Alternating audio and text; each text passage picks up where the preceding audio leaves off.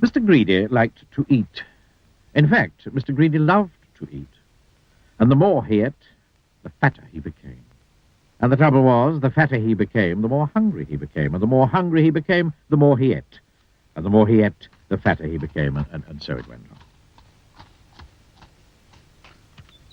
One morning, Mr. Greedy awoke rather earlier than usual. As usual, he'd been dreaming about food, and that made him wake up feeling hungry.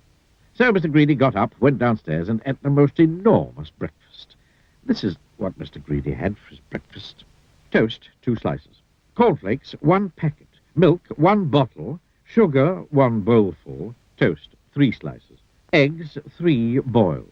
Toast, 4 slices. Butter, 1 dish. Marmalade, 1 pot.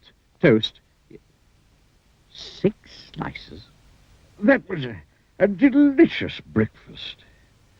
Now, I wonder what would be nice to have for lunch. He decided, in order to work up an appetite for lunch, that he would go for a long walk. That morning, Mr. Greedy walked and walked and walked. Then he discovered a cave. That's funny, he thought. I don't remember seeing that there before. Mr. Greedy, being a curious sort of fellow, decided to explore. He entered the dark cave. Inside, he discovered some giant steps leading upwards. Very, very steep, very difficult to climb, but with much huffing and puffing. Mr. Greedy climbed up and up. At the top of the steps, Mr. Greedy came to a door. It was, without doubt, the biggest door that Mr. Greedy had ever seen, and it wasn't quite shut. So Mr. Greedy squeezed himself through the crack in the door, and there before him was an amazing sight. The biggest room in the world. The floor was as big as a field.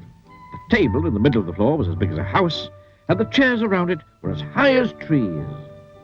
Mr. Greedy felt very small, and then he sniffed. Coming from somewhere up on top of the gigantic table was the most delicious foody smell that Mr. Greedy had ever smelled. Mr. Greedy sniffed again, and then decided that he must get up onto that table. So he began to climb up the leg of the enormous chair. It was very difficult, but eventually Mr. Greedy stood on the table. Everything was larger than life. The salt and pepper pots were both as big as pillar boxes.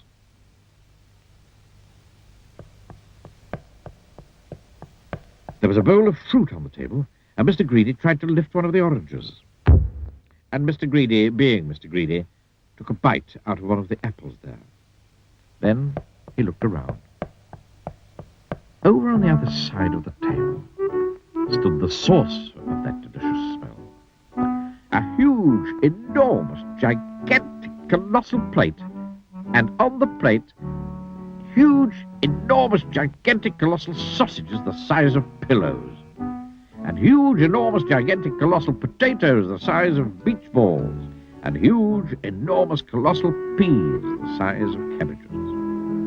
Mr. Greedy hurried across the table towards the plate, and being Mr. Greedy, began to eat. Suddenly, a shadow fell across the plate, and Mr. Greedy found himself being picked up by a giant hand and looking into the eyes of a real live giant.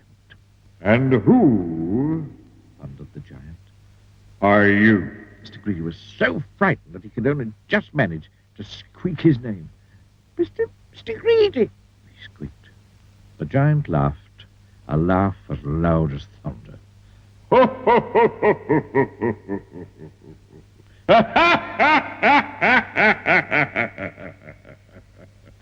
Greedy by name and greedy by nature, He bellowed. Well, I think, Mr. Greedy, that you need to be taught a lesson. And what a lesson it was. The giant made Mr. Greedy eat up everything on that huge, enormous, gigantic, colossal plate. When he had finished, Mr. Greedy felt very ill indeed. as if he would burst at any minute. "No," said the giant in a much quieter voice. "Do you promise never to be greedy again?" Oh, yes, moaned Mr. Greedy. I promise.